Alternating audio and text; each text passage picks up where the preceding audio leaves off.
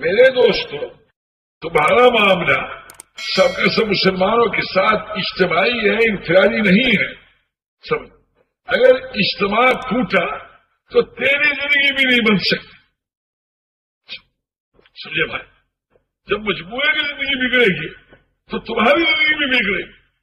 تمہارے قومی، ملکی، علاقائی، زبان کے اور قومی جتنے بھی مسائل ہیں وہ ہرگز حل نہیں ہوں گے جب تک مسلمانوں کا اجتماعی مسئلہ حل نہیں ہو.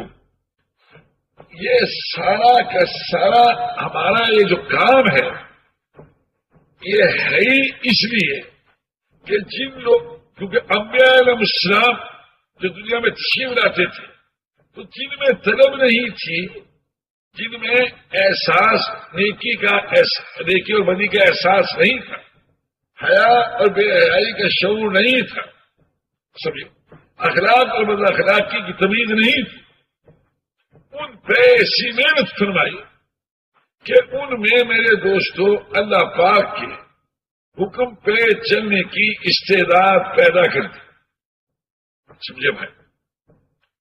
ہم جو ہیں ساری کی ساری دنیا میں جتنے بھی مسلمان ہیں میرے دوستو، ان میں جتنی بھی کمیاں کمزوریاں ہیں ان سب کے باوجود اپنے اوپر حضور صلی اللہ علیہ وسلم کی طرف سے فریضہ سمجھتے ہوئے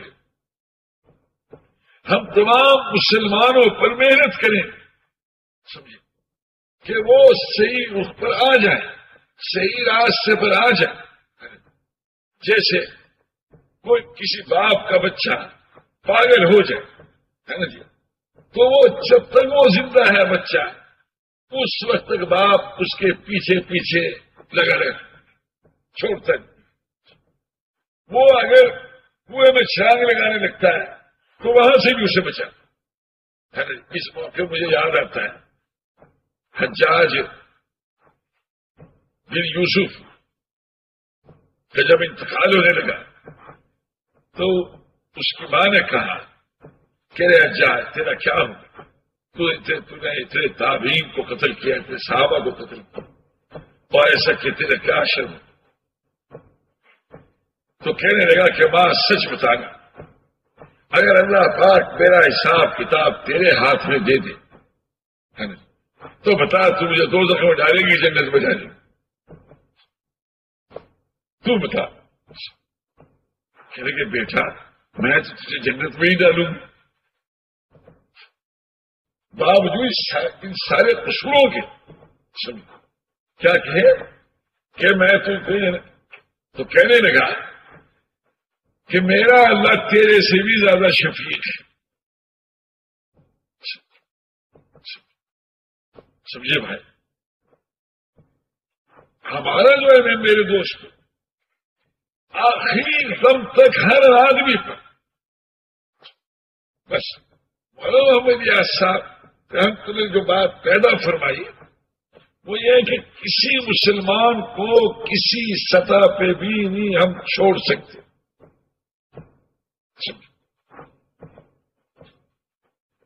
کتنا ہی گرا ہوا ہو،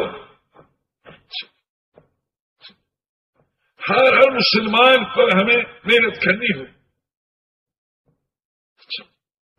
اور مجھے خوب ان کے الفاظ یاد ہیں ہے نا جی، کہ ایک مسلمان جو ہے دوسرے مسلمان کے لیے آئینہ ہے. سمجھے؟ تو یوں کہ آئینے میں جو آدمی شکل دیکھتا ہے تو وہ آئینے کی خرابی نہیں ہوتی بلکہ اس دیکھنے والے کی خرابی ہوتی. تو آج دنیا میں مسلمانوں میں جو خرابیاں ہیں وہ حقیقت ہماری اپنی خرابی ہیں.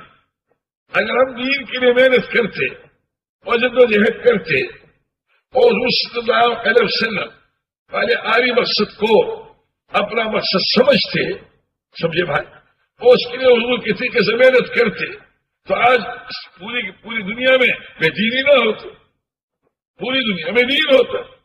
سمجھے بھائی؟ تو میرے بھائیوں اور دوستوں، سارے عالم کے مسلمانوں کو اس اصل مقصد پر لے آنا کہ حضور صلی اللہ علیہ وسلم والے مقصد کو اپنا مقصد بنانا. سمجھے بھائی؟ اس کے لیے محنت کرنا، اس کے لیے کوشش کرنا.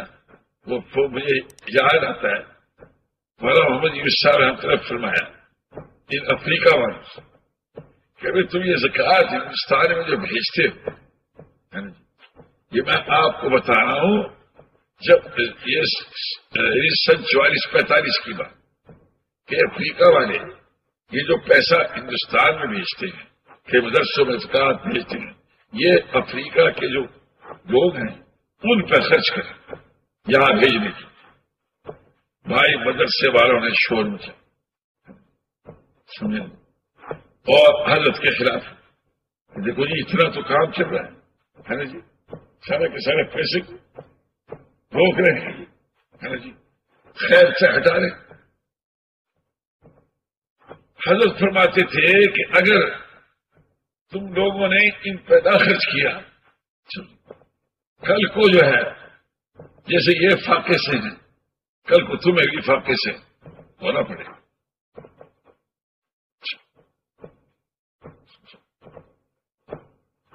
وہ بحثت مجموعی یعنی پوری کی پوری امت کو سامنے رکھ کے سوچ رہے تھے اور چل رہے تھے. سمجھے بھائی؟ آج مسلمان کا ذہن سمجھے سارے عالم کے مسلمانوں کو سامنے رکھ کر اور ساری دنیا کے انسانوں کو سامنے رکھ کر میرے دوستو محنت کرنے کا ذہن نہیں رہا. اور کم قسمتی سے میرے دوستو ہم مسلمانوں کے عیوب کو دیکھنے والے بن گئے. سمجھے جس مسلمان میں جتنی کمی ہے اس کے اوپر اتنی ہی زیادہ محنت کی جائے. سمجھے وہاں ایک جماعت میں میں جب بلا وغیرہ حصہ ہے تو ان میں ایک مولوی صاحب کو بھی بھیج دیا. وہ مولوی صاحب جب جماعت میں گئے وہاں جا کے عیسائی ہو گئے.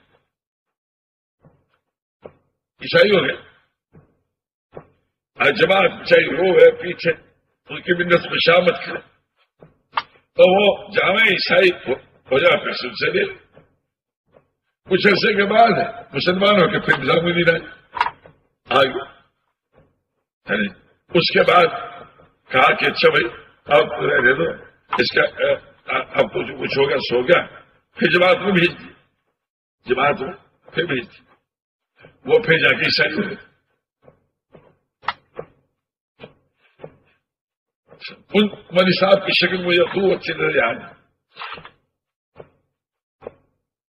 مگر حضرت گھبرائے نہیں. پھر بھی اس سے اچھا سلوک کرنے کے لیے ہی فرماتے ہیں. تو میرے دوست بہرحال پھر اللہ پاک نے دوبارہ پھر اسلام سے نواز دی.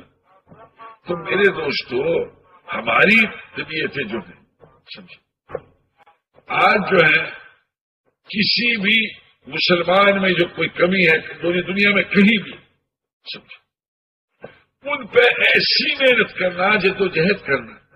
اور حضرت یہ فرماتے تھے کہ دیکھو بھائی آج بیٹا باپ کی نہیں مانتا، بیوی خامد کی نہیں مانتی، نوکر مالک کی نہیں مانتا، شاگرد استاد کی نہیں مانتا، مرید پیر کی نہیں مانتا.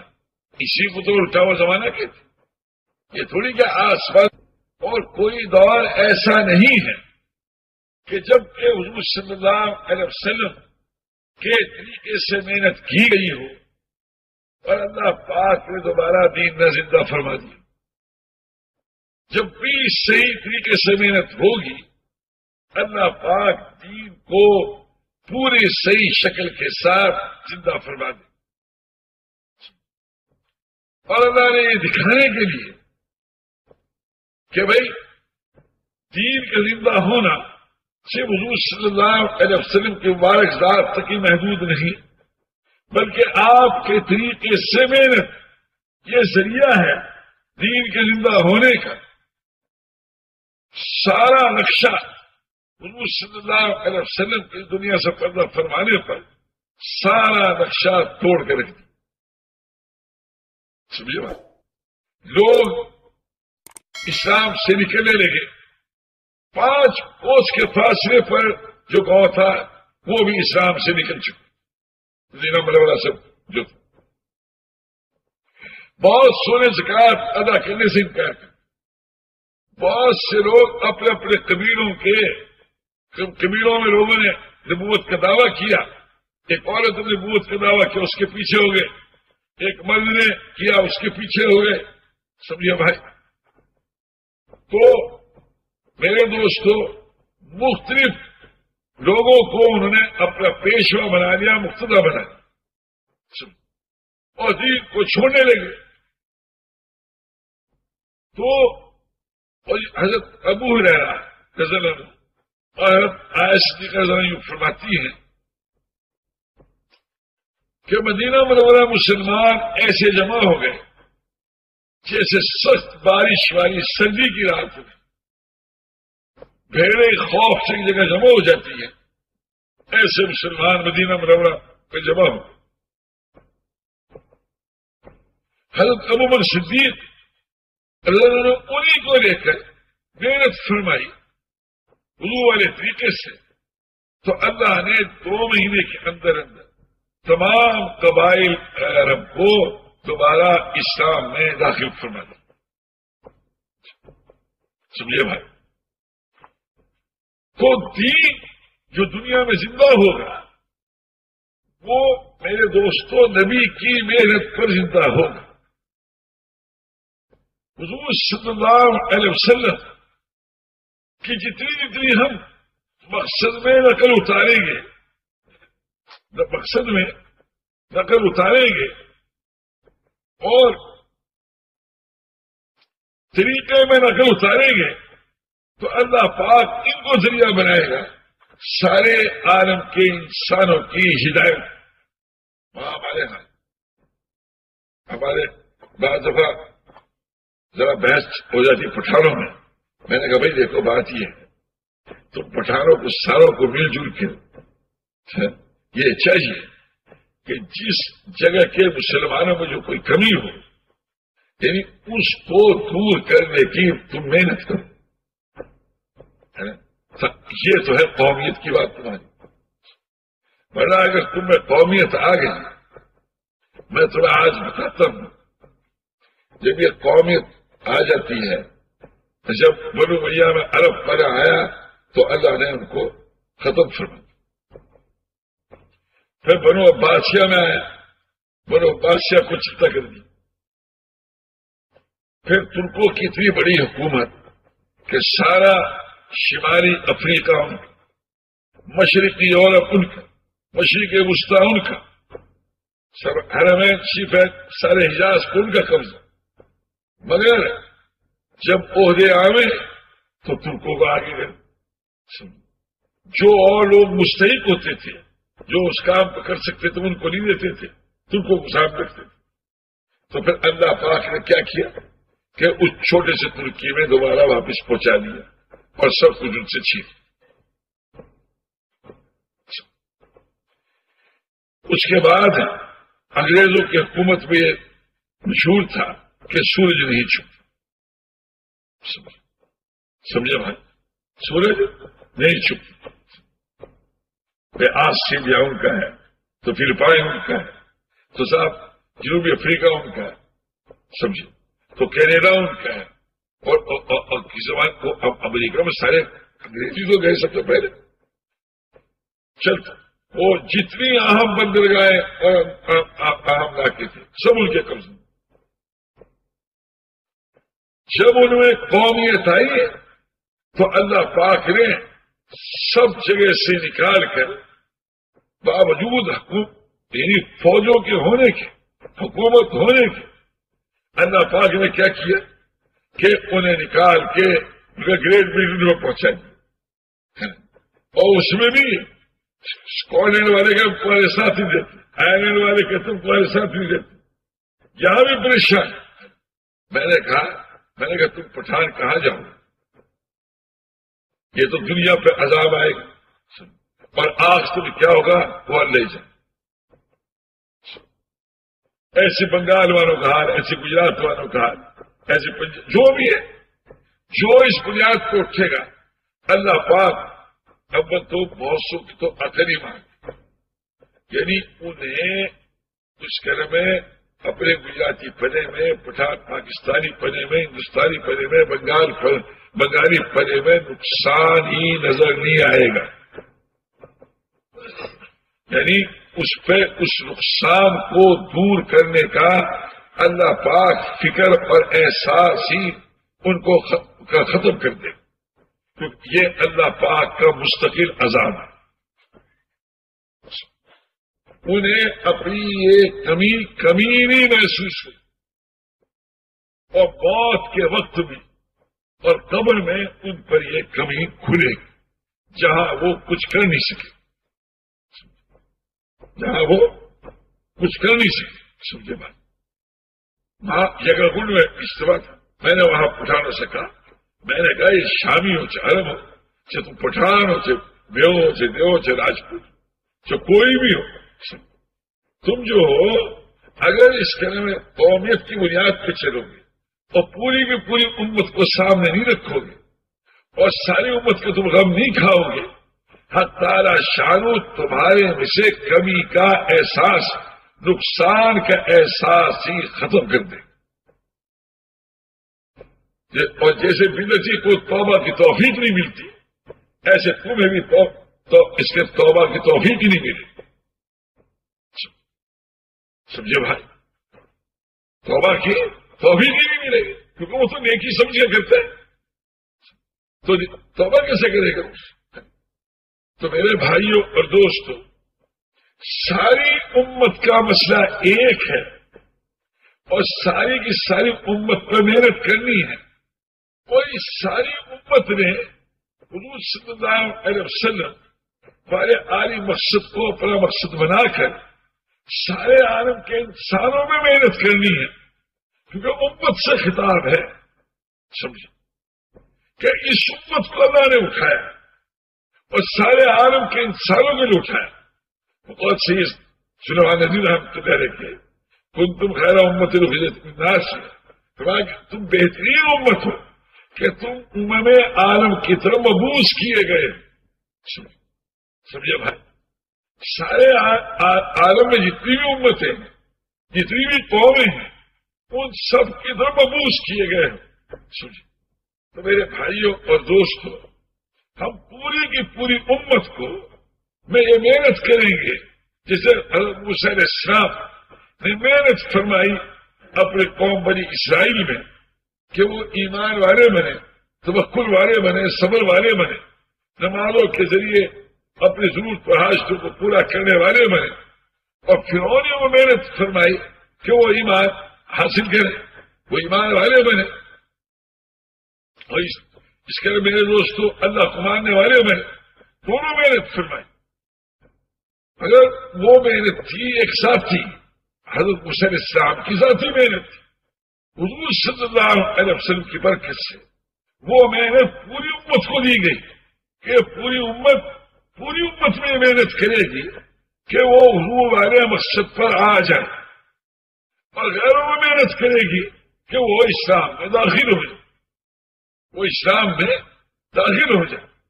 تو میرے بھائیوں اور دوستوں، اب ہر مسلمان کو اس پہ تیار کرنا، سمجھے بھائی، اس پہ تیار کرنا کہ میں حضور صلی اللہ علیہ وسلم والے مقصد کو تو نے اپنا مقصد بنانا ہے، اور تمہارا معاملہ سب کے سب مسلمانوں کے ساتھ اجتماعی ہے، انفرادی نہیں ہے.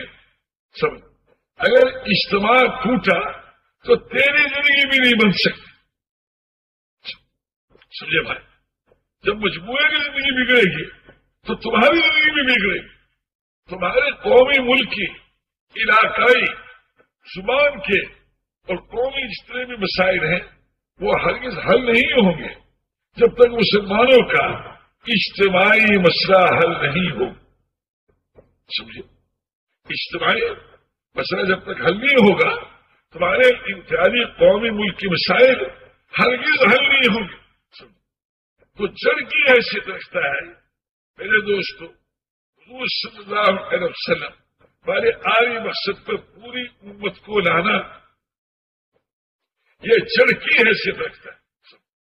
تو ہم سارے عالم کے مسلمانوں کو حضور صلی اللہ علیہ وسلم والے عالی مقصد پہ لانے کی محنت کریں گے، کیونکہ اس مقصد کے اوپر دار و مدار ہے سارے عالم کے حالات کا بھی اور آخرت کے بھی حالات.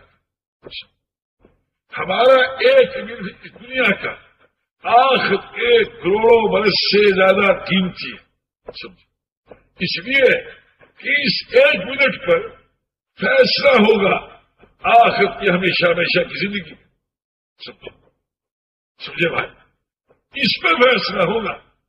آخرت کے برسوں میں فیصلہ نہیں ہوگا، فیصلہ اس پہ ہوگا. جو لمحہ ہمارا گزر رہا ہے، جو سینکڑے منٹ گزر رہا ہے، یہ اگر حضور اکرم صلی اللہ علیہ وسلم والے عالی مقصد میں، ان والے فکر میں، ان والے غم میں اگر گزر رہا ہے تو سارے عالم کے انسانوں کی ہدایت کا ذریعہ بن رہا ہے اور ہمیشہ ہمیشہ زندگی کے درست ہونے کا ذریعہ بن رہا ہے. لیکن اگر حضور صلی اللہ علیہ وسلم والے عالی مقصد کے ساتھ یہ وقت نہیں گزر رہا اور یہ سینکڑوں منٹ نہیں گزر رہا ہے، گویا کہ میرے دوستوں اس کے سارے عالم انسانیت کا نقصان ہو رہا ہے اور ہمیشہ ہمیشہ کا آخر کا نقصان ان نقصان کا ذریعہ بنا ہوا. یہ معمولی بات نہیں ہے. تو میرے بھائیوں اور دوستوں، میں یہ عرض کر رہا تھا آپ حضرات کی خدمت میں کہ ہمارا معاملہ انفرادی نہیں، اجتماعی ہے. سمجھے بھائی؟ اب پوری کی پوری امت کو اللہ پاک نے کر دیا ہے آسان. لا تکلف الا نفسک وحدد المؤمنین، اپنی ذات سے کیجیے اور مسلمانوں کو اس کی تاکید فرمائی. سمجھے؟ آسان اتنا کر دیا، مگر مسلمانوں کو تاکید کرنا وہ اس وقت تک تاکید کر صرف ترغیب نہیں، صرف ترغیب تک نہیں چھوڑا مسئلہ، تاکید کہہ رہے ہیں، دونوں میں فرق ہے. سمجھ. اور میرے دوستوں جو ہے ویسے پورے بیچ میں بات یاد کباڑی تو نہیں، اللہ معاف کرے، بات یاد آ گئی کہ وہ احرار کی کانفرنس ہونے والی تھی اس میں دلی. تو مولا بھی ہمارے دھیان نہیں رحمت اللہ مولا محمد یاد صاحب رحمت اللہ کے پاس حضرت کانفرنس ہوئی، اس کے لیے دعا فرما کہا دیا. حضرت فرما بھائی تبلیغ کر کے دعا مانگو جب قبول ہوگی. انہوں نے کہا کہ سر یہ ہم جو کانفرنس کر رہے یہ بھی تو تبلیغ ہی ہے. کہنے کہ بھائی یہ تو ابلاغ ہے، تبلیغ کی. سمجھو ایک آدمی کو یہ کہنا کہ تم نماز پڑھو، اور تبلیغ کیا ہے؟ ایک آدمی پہ اتنی محنت کرو کہ وہ نماز پہ آ جائے. کسی سے کہو کہ تحصیلدار صاحب ڈپٹی کمشنر صاحب میرا یہ کام کر دیں، وما علینا الا البلاغ، میرا یہ کام کر دو، میں نے آپ تک پہنچا دیا، اب آپ کریں یا نہ کریں میرے ذمہ تبلیغ تو کرو گے نہیں. ایسی محنت کرو گے کہ وہ ڈپٹی کمشنر آپ کا کام کر دے. ایسی محنت کرو گے اور وہ ذرائع اختیار کرو گے کہ جس سے کہ آپ کا کام ہو جائے. جب تک آپ کا کام نہیں ہو جائے گا اس وقت تک آپ اس کو چھوڑیں گے. اسی طرح ہر مسلمان پر ایسی محنت کرنا کہ وہ میرے دوستو حضور صلی اللہ علیہ وسلم والے مقصد پر آ جائے، وہ اللہ پاک کے حکم پر آ جائے.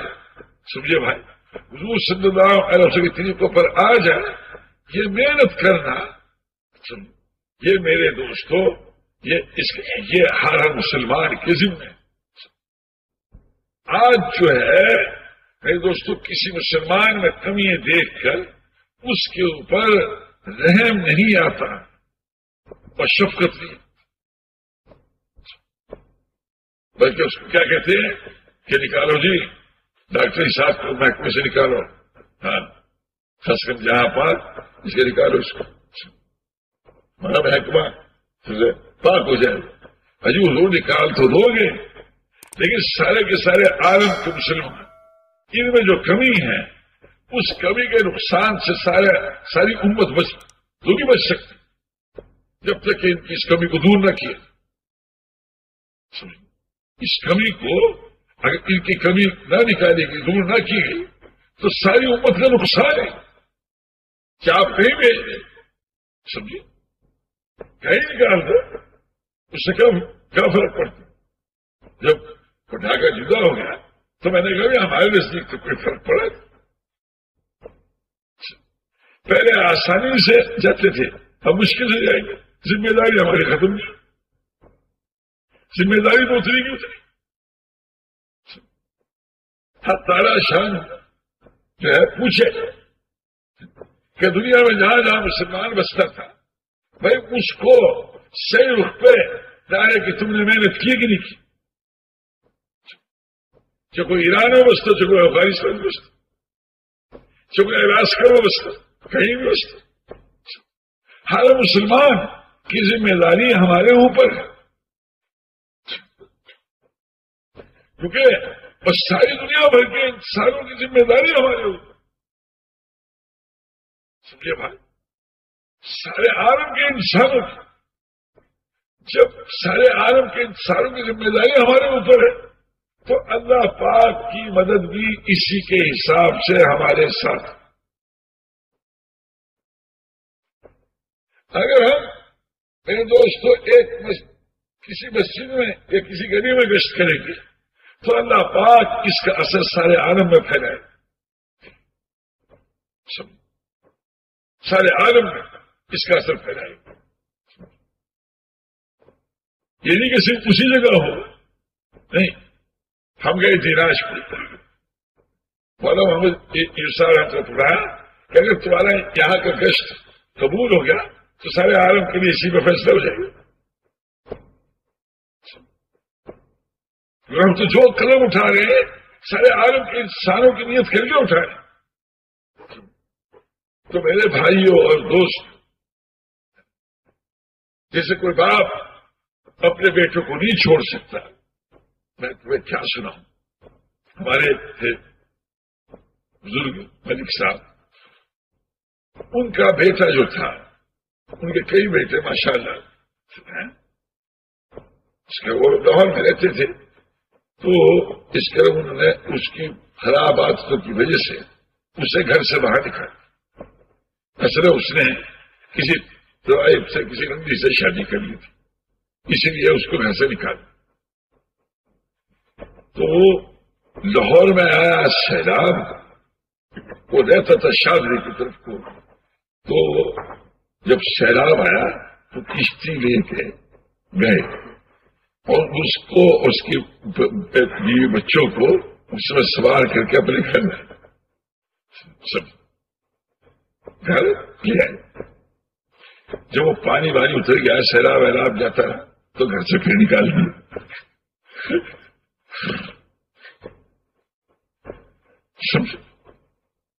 گھر سے پھر نکال۔ اور عجیب بات، جو گھر میں جو بیٹے ہیں وہ پیسے مانگے، ہاں بھی دیں گے، اور جب اس کا پرچہ آ جاتا کیا بازاری تو فون بھیج دیں۔ ایک دفعہ وہ رشوت میں پکڑا گیا، جو لازم تھا ڈاکٹر میں، تو وہ پکڑا گیا، تو وہ میرے پاس پیغام بھجوایا کبھی دعا کرنا بھی، حالانکہ پتا ہے کہ اسے سچ مچ رشوت نہیں ہے، پھر بھی کہہ رہے ہیں کہ وہ چھوٹ جائے، یعنی پھر بھی کیا کہیں یہ نہیں چاہتے کہ چھوٹ جائے، حالانکہ قصور کیا۔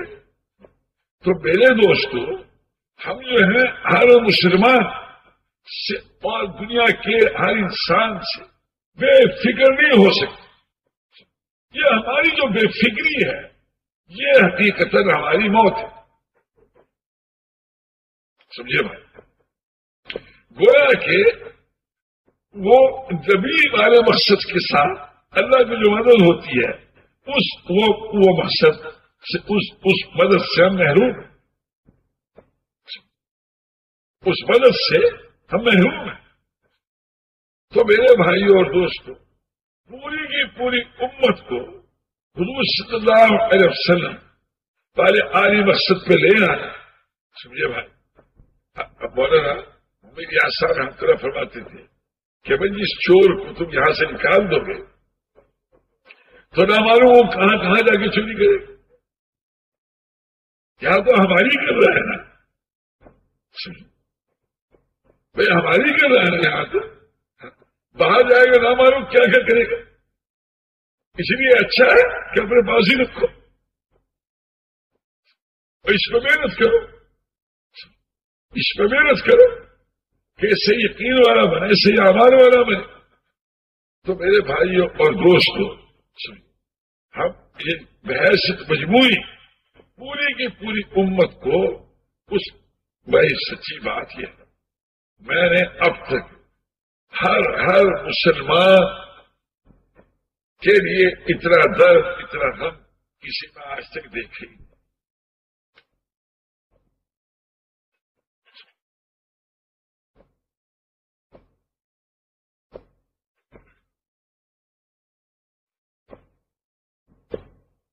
جیسے حضرت نے دیکھا،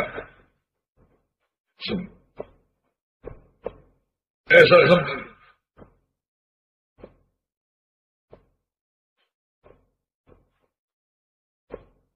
یہ ہے اصل بات۔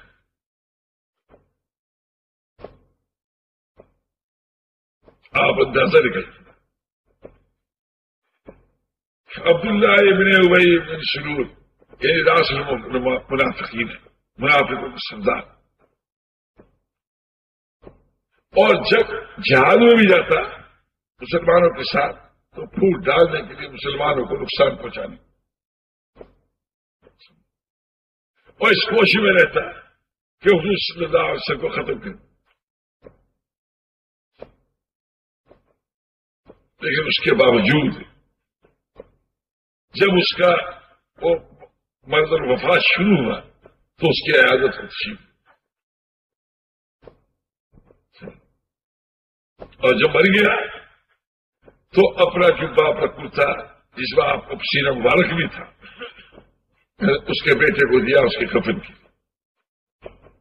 کہ اللہ پاک سے اسی وجہ سے بخشی۔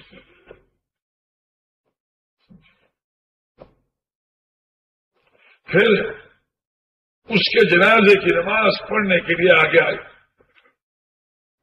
حضرت عمر رضی اللہ عنہ، کیا ہے سلح تو دشمن خدا ہے، آپ اس کے جنازے کی نماز پڑھ رہے ہیں؟ اللہ حضور صلی اللہ علیہ وسلم ارشاد فرمایا کہ بھائی اللہ نے ہمیں اختیار دیا ہے کیا کہ چاہے آپ اس کی بخشش مانگیں یا نہ مانگیں ہم اس کو نہیں بخشیں گے، ہم اس کو نہیں بخشیں گے۔ تو ہمیں اختیار تو یہ کہ مانگے یا نہ مانگے تو ہم مانتے۔ پھر اللہ نے آیت نازل فرما دی کہ اگر 70 مرتبہ بھی اس کی بخشی مانگو جب بھی نہیں بخشیں گے۔ وہی میرے کثیر نے لکھا ہے تفسیر ابن کثیر میں کہ آپ نے ارشاد فرمایا جس کا مفہوم ہے کہ ہم 70 سے زیادہ بھی اس کی بخشی مانگ لیں۔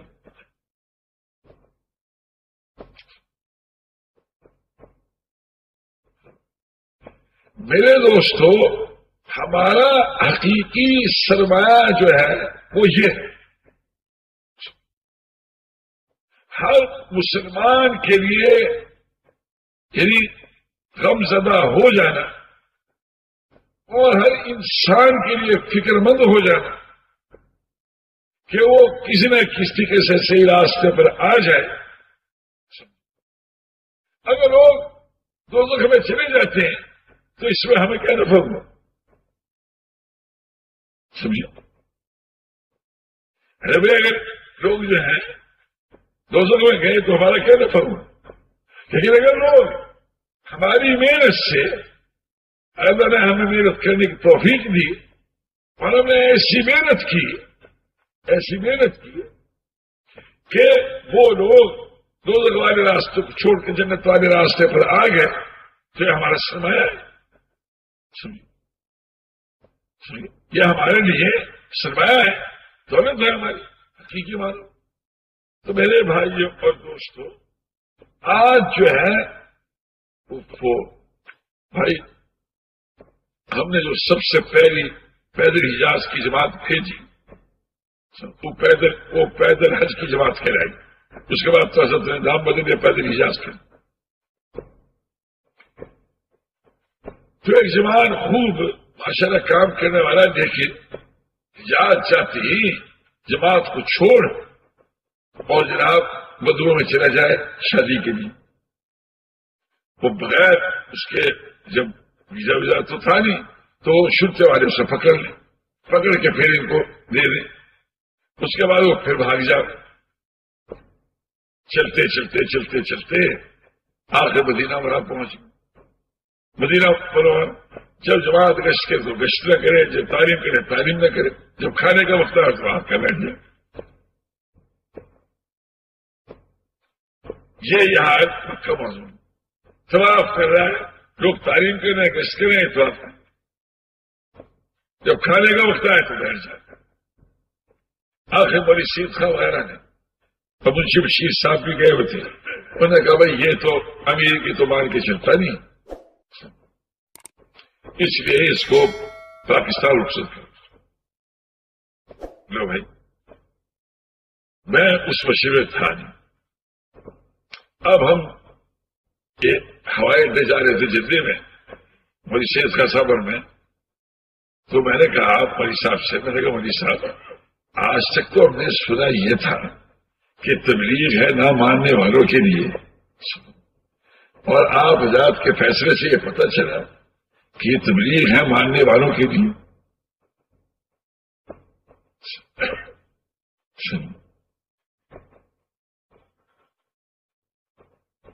کہ جو نہ مانے مجھ سے چلتا کرو، وہ تو ماننے والوں کا کام ہے. تو میں نے کہا یہ میں نے کہا تو مولوی صاحب فرمانے لگے سبق نمونہ کہ تم ہم سے بڑھ گئے. تو میرے دوستوں ہمارا سارا کام ہی ہے جو نہ ماننے والے ہوں ان پہ ایسی محنت کرنا کہ ان کی طبیعت ماننے پہ آ جائے. بقول ہمارے مولوی صاحب رحمۃ اللہ علیہ اگر لوگ حکم کے پورا کرنے والے ہوں تو سارے قرآن پہ عمل نہ ہو جائے. سمجھے سارا قصہ ماننے کا تو ہے.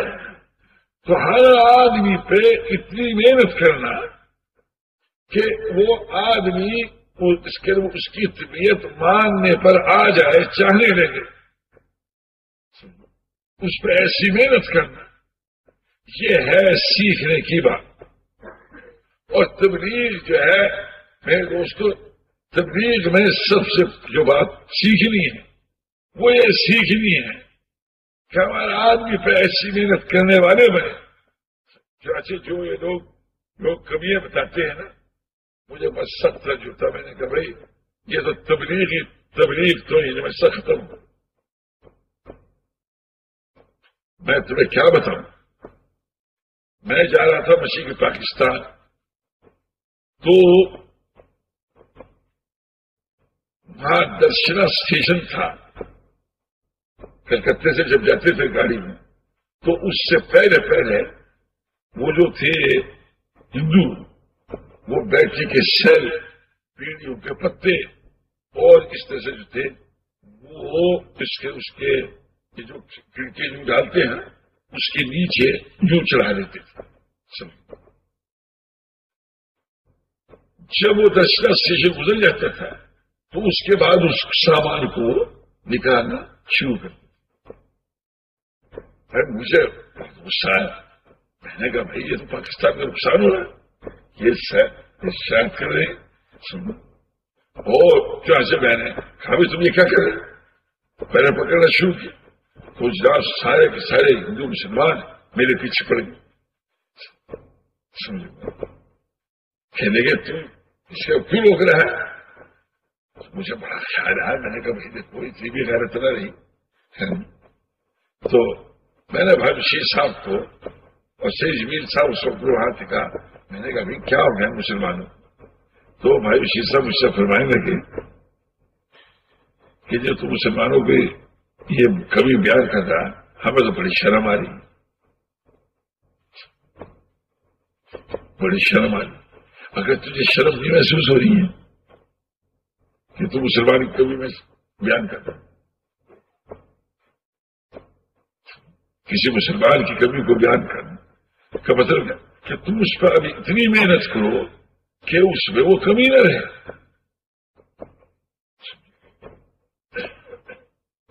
اس طریقے سے محنت کرو کہ اس مسلمان میں وہ کمی نہ رہے. یہ تو کہیں گے میں مولوی مستقیم صاحب کا بیان ٹھیک نہیں ہوا اس لیے آئندہ ان کا بیان نہیں کرانا. لیکن یہ تبلیغ کے مزاج کے خلاف ہے، سمجھے بھائی. ہاں اب ان پہ ایسی محنت کی جائے کہ جس طرح سے ٹھیک بیان ہوتا ہے کہ ٹھیک بیان پہ آ جائے، ٹھیک بیان کرنے پہ آ جائے. ایسی محنت کرنا یہ تو ہوئی تبلیغ. اور یہ کہ نہیں ان کو پیچھے ہٹاؤ، سمجھے بھائی. آئندہ ان سے بیان نہ کرنا، سمجھے بھائی. یہ جو ہے یہ تبلیغ کے مزاج کے خلاف ہے.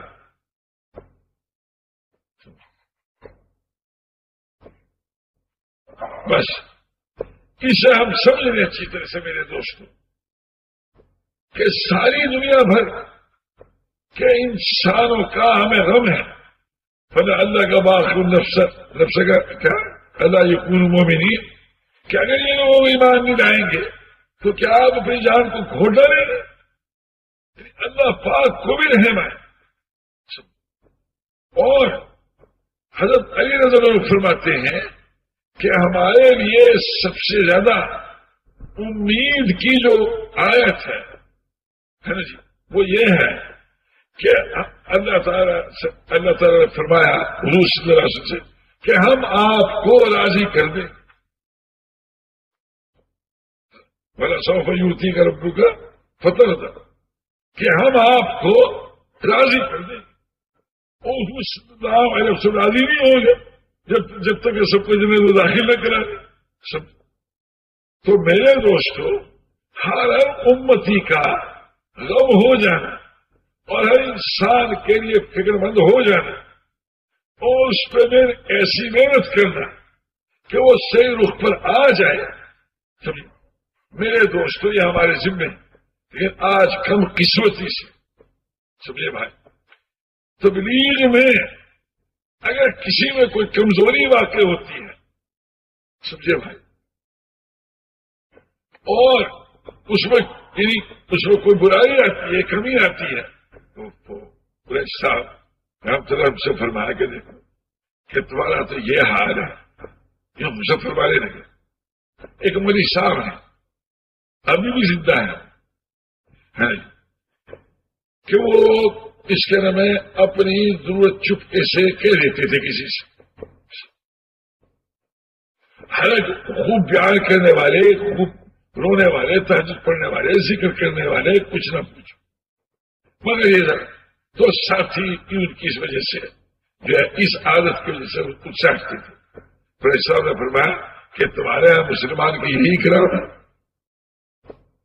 کہ پیسوں کی وجہ سے ایک مسلمان کی قدر نہ ہونا ہے نا، یہ کتنی گھٹیا بات ہے. اس کا مطلب یہ ہوا کہ پیسے کی قیمت ہوئی نا تمہارے، آدمی کی قیمت تو نہ ہوئی اور اس کے ذکر کی قیمت تو نہ ہوئی، اس کی عبادت کی قیمت تو نہ ہوئی کہ یہ تو تمہارا حال ہے. سمجھے بھائی. تو میرے دوستو ہمیں تو یعنی ہم کسی مسلمان کو کسی سطح پہ چھوڑ نہیں سکتے. جیسے باپ جو ہے جب تک اس کا بیٹا زندہ ہے سمجھے نا جی مر نہیں جاتا اس وقت تک اس کے فکر میں لگا رہے. ان بھائی صاحب نے سنا کہ وہ ان کے عزیزوں میں سے ایک ہے ان کا لڑکا دریائے راوی کا جو پل ہے اس کے نیچے وہ خاصا پانی ہے اس میں کہ وہ ڈوب گیا اور جانوروں نے جو اس میں پانی میں تھے انہوں نے اس کو کھا لیا. جو اس کی لاش نکالی تو اس کا باپ جو تھا اس کو دیکھتے ہی اس لاش کے ساتھ لاش پہ ہی گر پڑا. سمجھے ایسا بے چین وہ اس کو دیکھتے. میرے دوستو جب تک ہر مسلمان کا اور ہر انسان کا ہمیں اتنا غم اور تعلق نہیں ہوگا ہم جو ہے صحیح دینداری کا مزہ نہیں سکتے.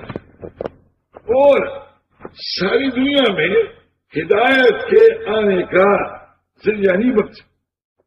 سمجھے بھائی ہر مسلمان کا ہمیں یہ غم کھانا ہوگا. سمجھو ہر مسلمان کو اب جو ہے میرے دوستوں ایک محنت انفرادی ہوتی ہے ایک محنت اجتماعی ہوتی ہے. اجتماعی محنت ہوتی ہے. ہم اجتماعی طور پر محنت کریں گے میرے دوستوں ہر شخص